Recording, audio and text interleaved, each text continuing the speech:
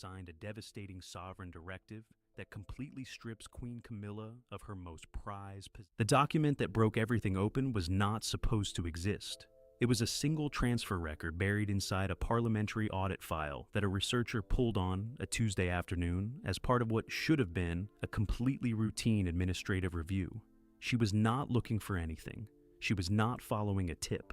She was doing the kind of work that nobody ever reads about because nothing is supposed to come out of it. And what she found sitting inside that file has now reached the king, reached William, reached the most senior constitutional lawyers in the country, and set off a chain reaction inside the palace that nobody who works in that building has seen anything like before.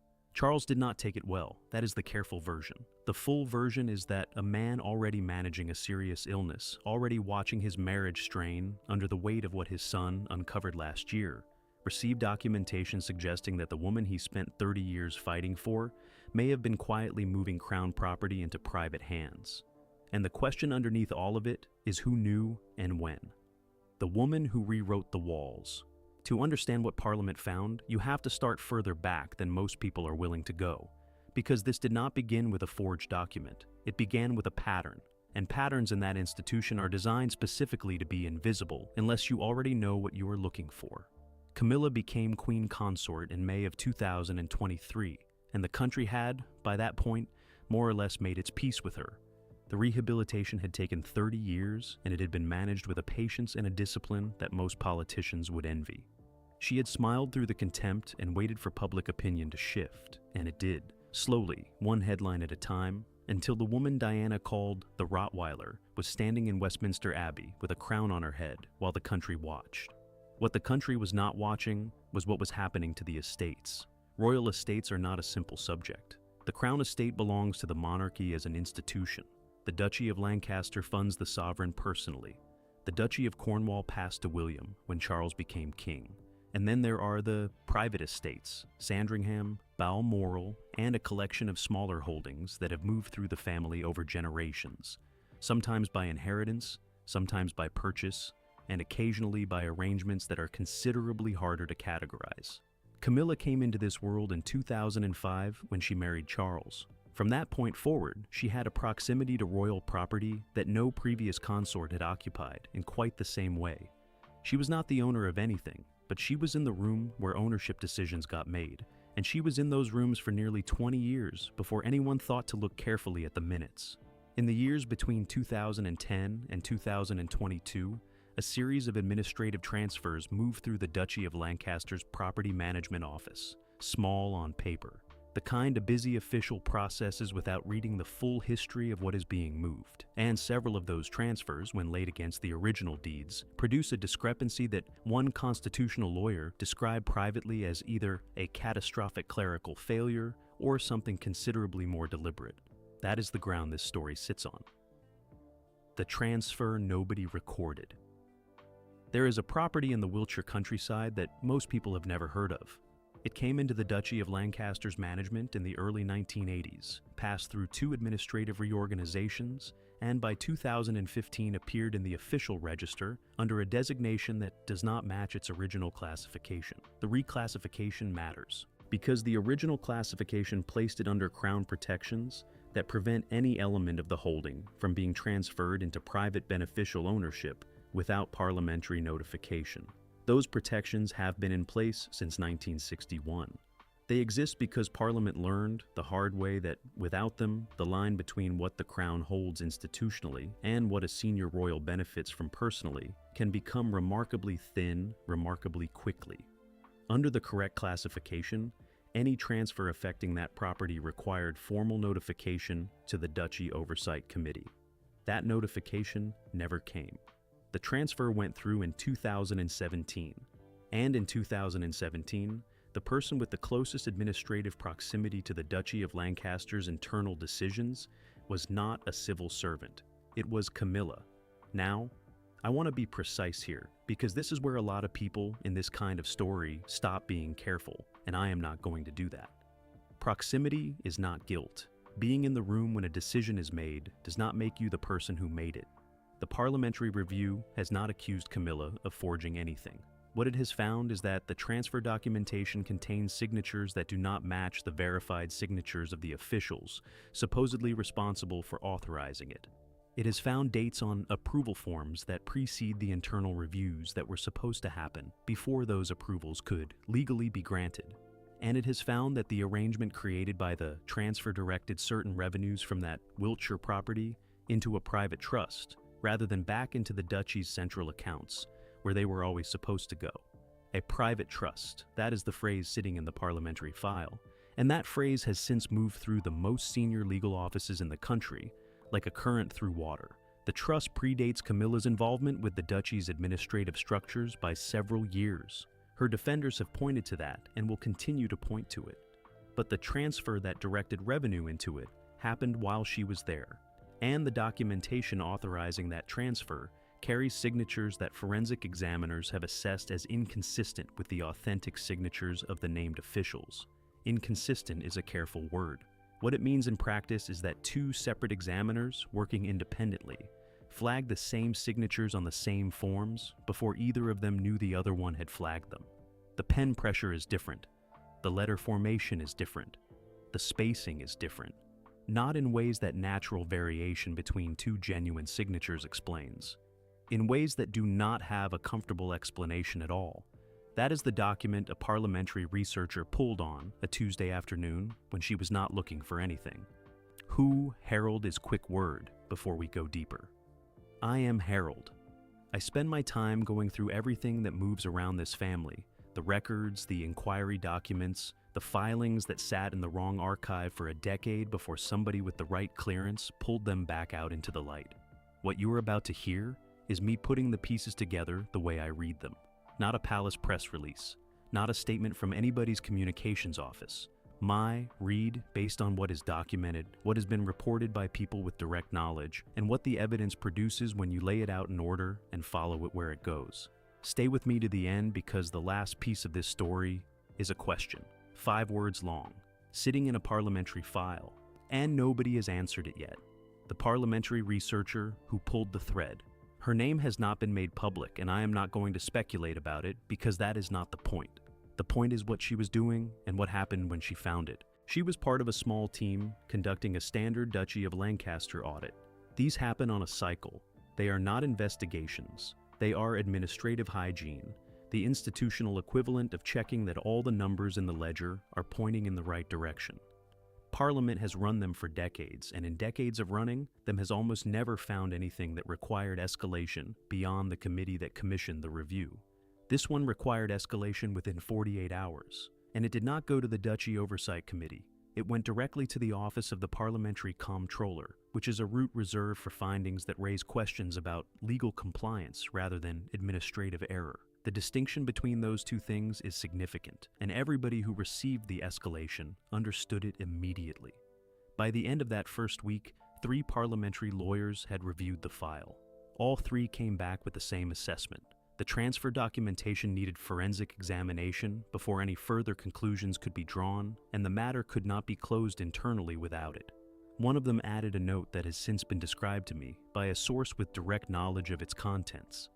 If the forensic examination confirmed what the document review suggested, the committee would have no discretion about what came next. Mandatory reporting to the relevant authorities was not optional. It was required by law. Think about what that means inside an institution that has spent its entire existence managing sensitive information quietly.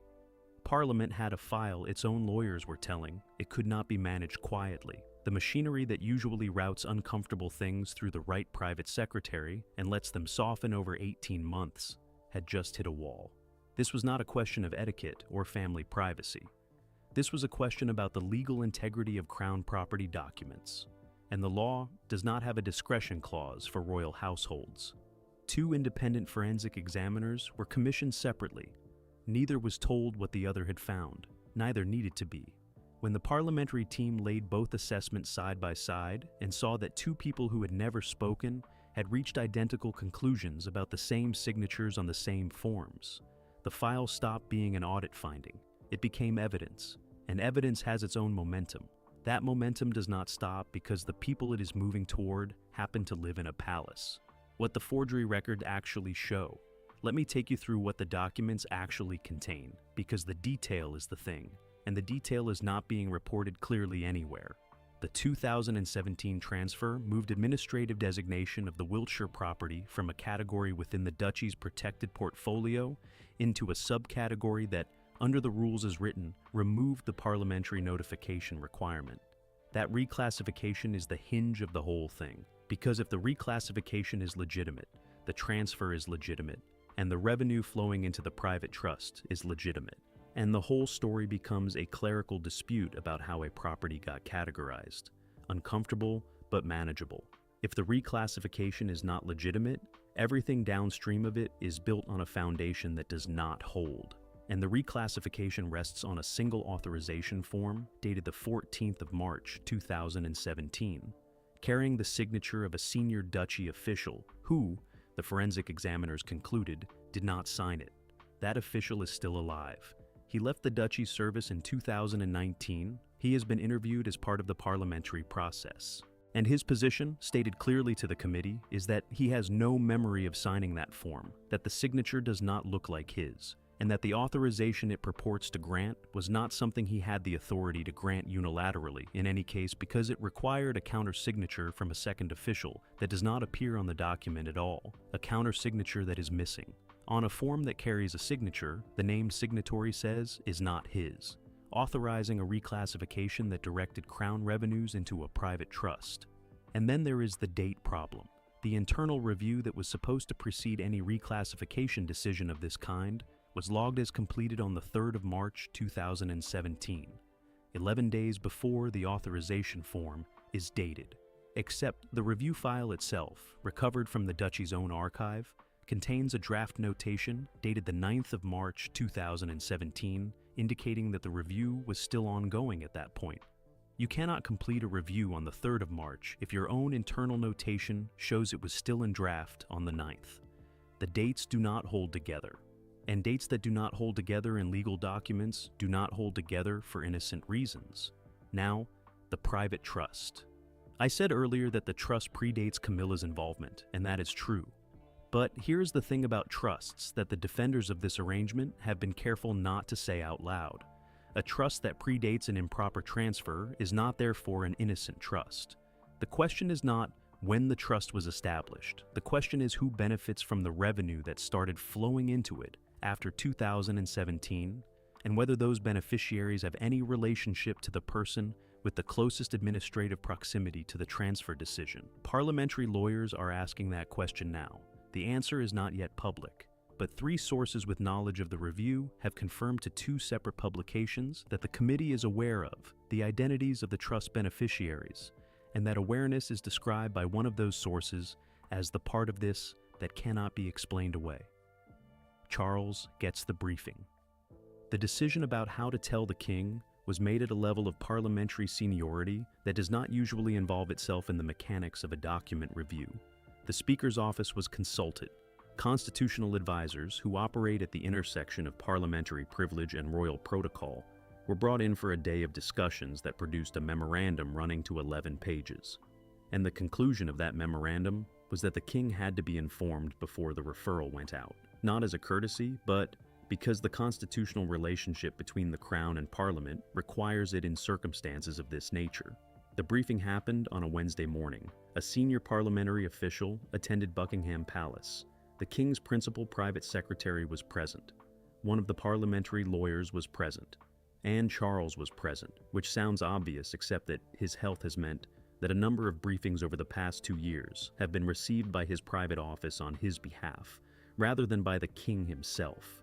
He was in the room for this one. The official took Charles through the document findings in order: the transfer, the reclassification, the dates, the signatures, the forensic assessments, the trust, and the identity of the beneficiaries. Sources with knowledge of what happened in that room have described Charles's reaction in terms that I want to be careful with, because none of them were in the room themselves, and all of them are working from accounts given by people who were. So I will tell you what those accounts consistently say, and I will leave you to hold it with the appropriate amount of care.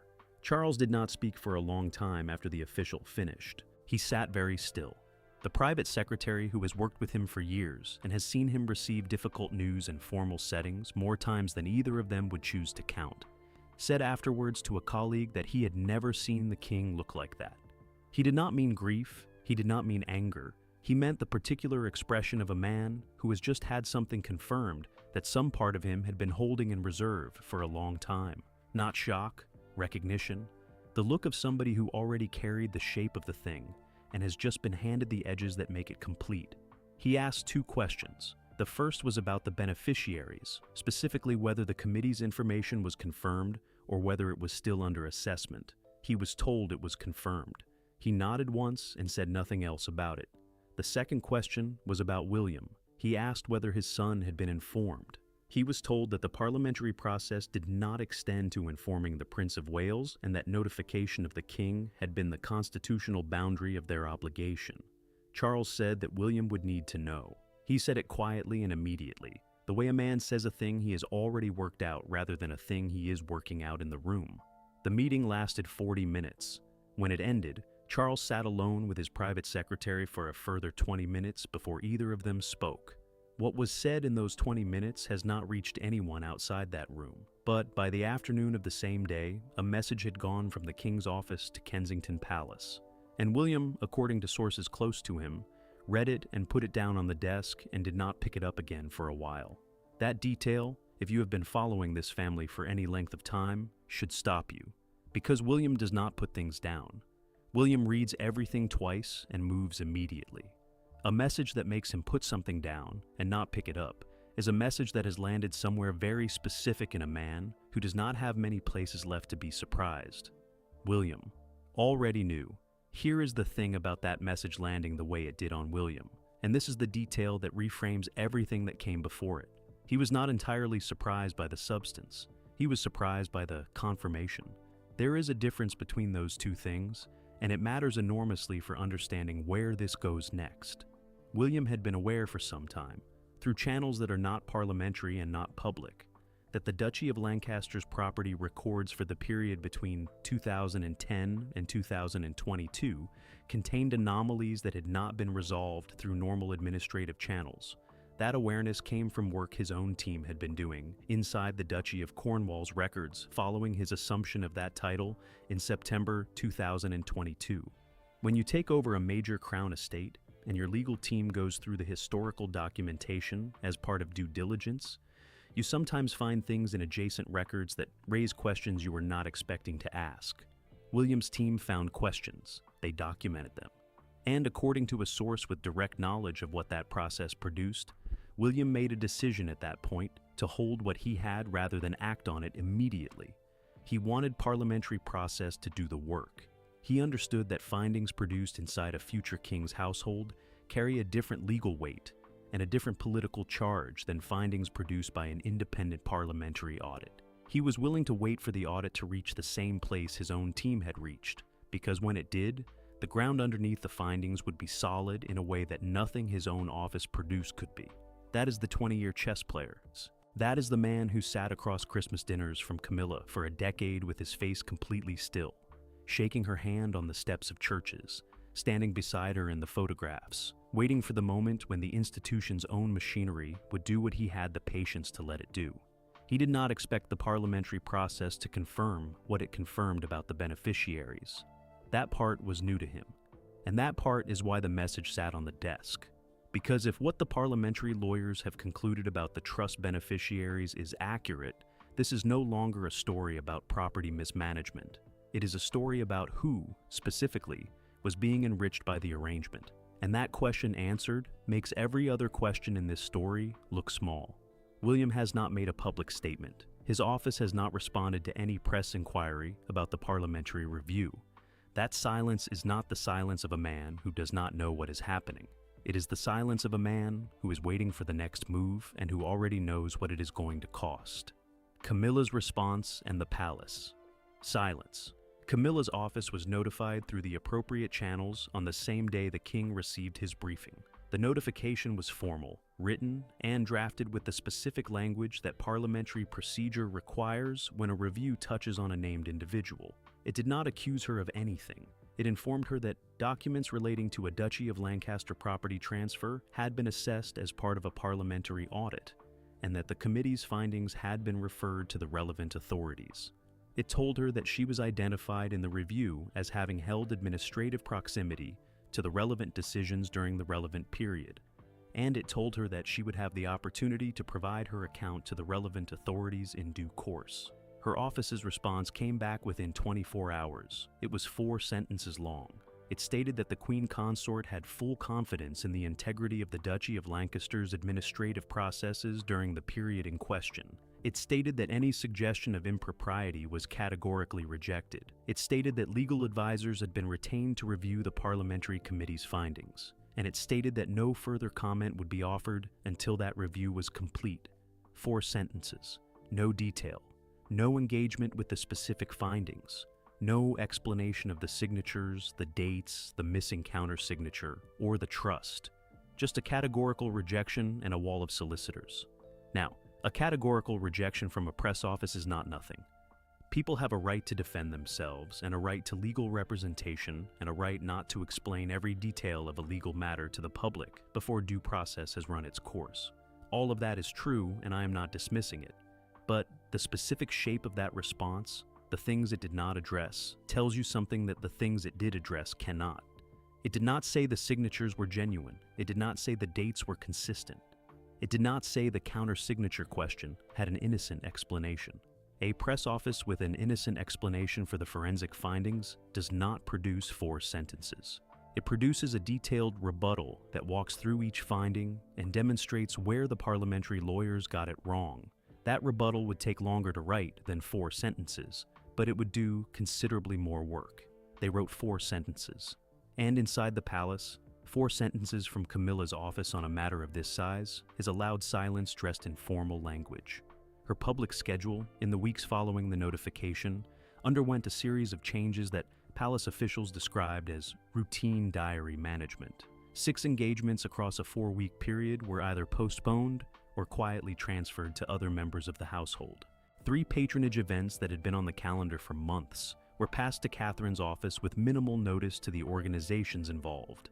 And Camilla's attendance at 2 events, where she would have stood alongside Charles in a public setting, was replaced by solo appearances from the king that had not originally been on his program. The diary is doing the talking again, and anybody who has been watching this family for the past 18 months already knows what that means. Anne's role and the institutional pressure princess. Anne has not said a public word about the parliamentary review. She will not. That is not how she operates, and it has never been how she operates. She has spent 50 years in that family perfecting the particular discipline of a woman who knows exactly what she thinks and sees absolutely no reason to share it with anyone who did not earn it. But Anne sits on 2 advisory bodies with formal connections to the oversight of Crown property. That is not a secret. It is a matter of public record, and the question of whether those connections give her any visibility into what the parliamentary committee has found is a question that people inside the palace are asking very carefully right now. What is known, from sources familiar with her position, is that Anne was informed of the parliamentary review's existence before the public notification went out. The constitutional protocol for informing senior working royals of matters that touch on Crown property required it. She received a summary document, she read it, and her response to the person who delivered it was 3 words that have since been repeated around the household by everyone who heard them. She said, "I see." That was it. 3 words, and then she moved on to the next thing on her schedule. I see.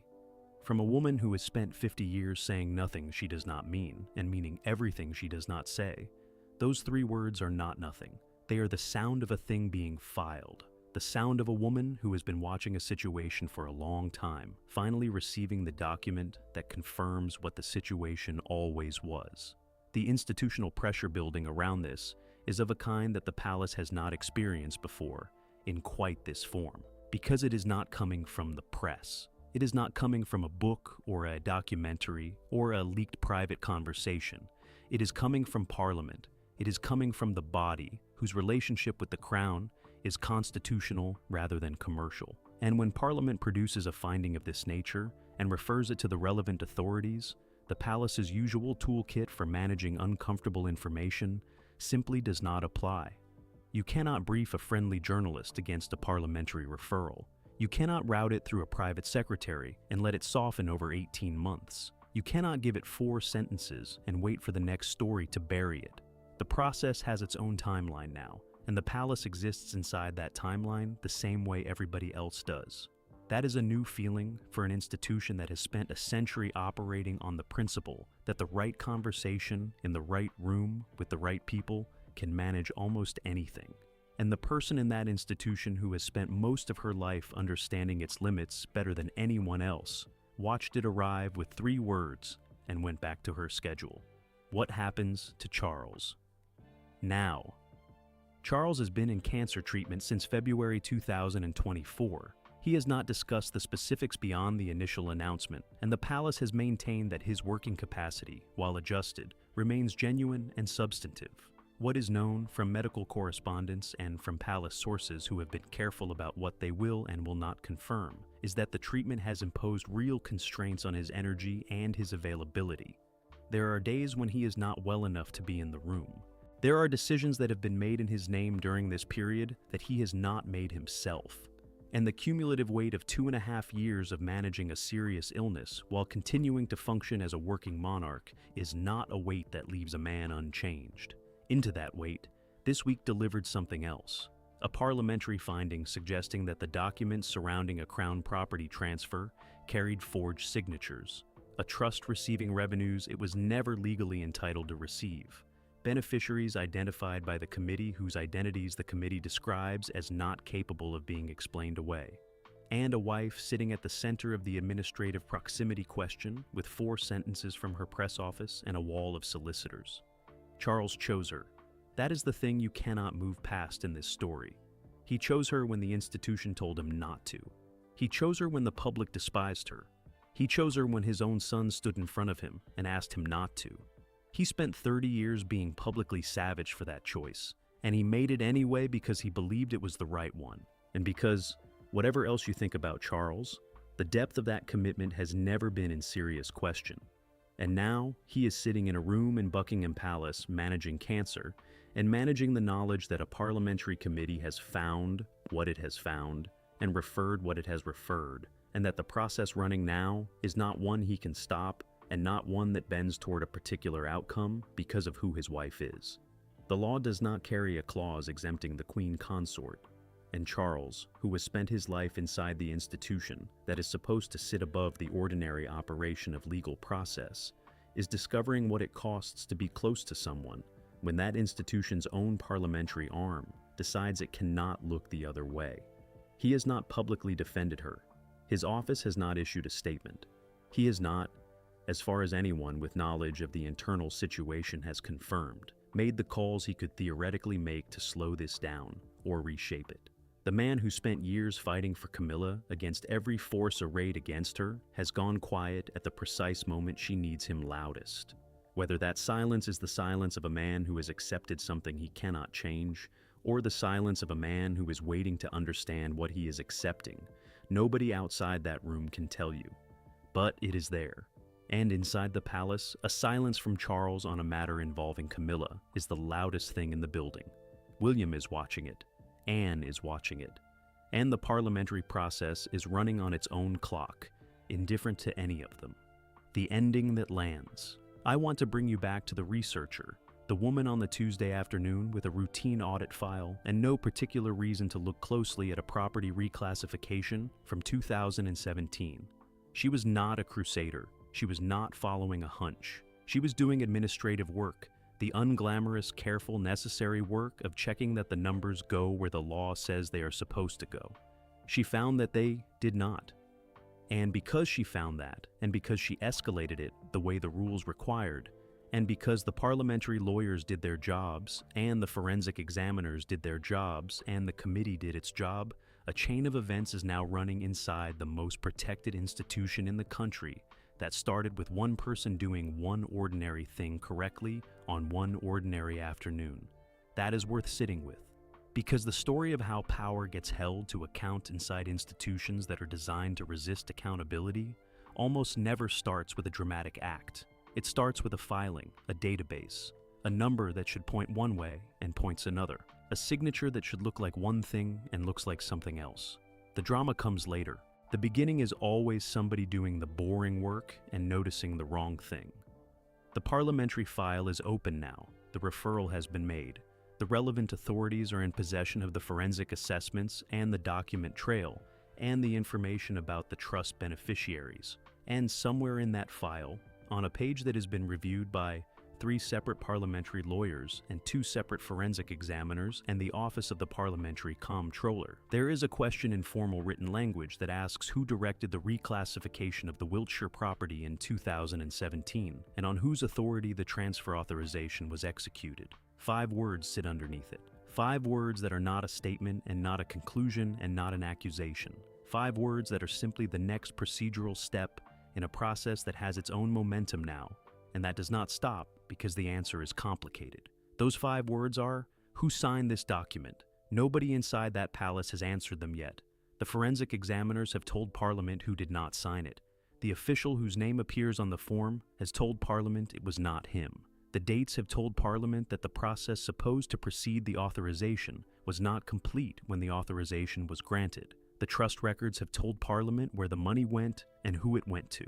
And a man in Buckingham Palace managing cancer and a marriage and an institution and the particular weight of a life spent doing things the hard way is sitting with the knowledge that the question his own Parliament is asking about the woman he chose 30 years ago is a question that the parliamentary process will not let go until somebody answers it. Diana's flowers got burned, her bedroom got locked, her portrait sat in a storage room for 25 years, while the world put her face on magazine covers and memorial stamps and the front of every book written about the modern monarchy. And the woman who burned them is now at the center of a parliamentary forgery referral, in a palace where her husband will not defend her, in a family where her stepson has been sitting on parallel documentation for years and waiting, patiently, with his face completely still, for the institution's own machinery to do the work. William did not push this. He did not need to. He understood something at 16 that most people never understand at all, which is that the truth has its own momentum if you give it enough time and enough space and enough silence to build up in. He gave it 25 years. And on a Tuesday afternoon, a parliamentary researcher doing routine work pulled a file and gave it a door. The painting is on the wall now. The flowers are gone and will not come back. And the question that the Parliamentary Committee has placed into the formal record of one of the most constitutionally significant bodies in this country is waiting, patiently, the way William waits, for the answer that nobody in that palace has yet found a way to give. Diana would recognize the shape of it, a thing hidden in a room for years, a door that should have stayed shut, and the particular quality of the light when some